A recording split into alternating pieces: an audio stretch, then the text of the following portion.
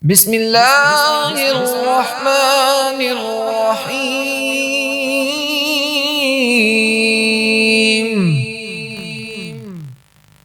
طه ما أنزلنا عليك القرآن لتشقى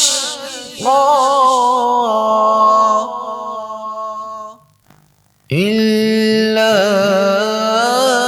تذكرة لمن يخشى تنزيلا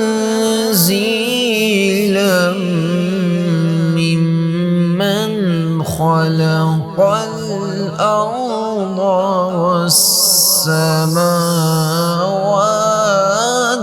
العلى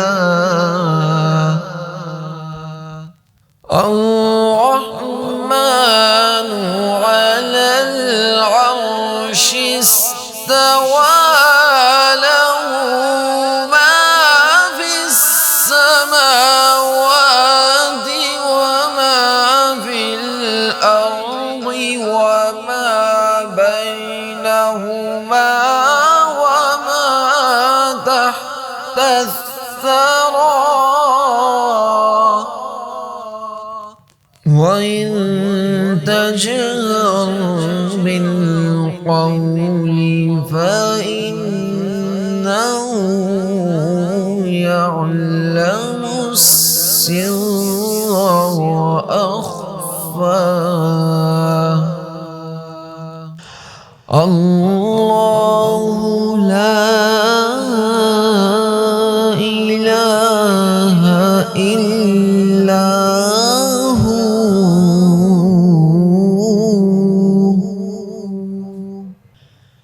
له الأسماء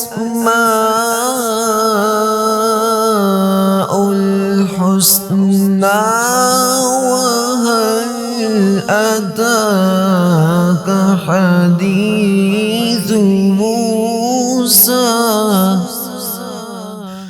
إذ رأى نارا فقال لأهلهم كثوا إني آنست نارا لعلي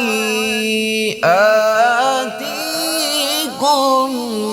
منها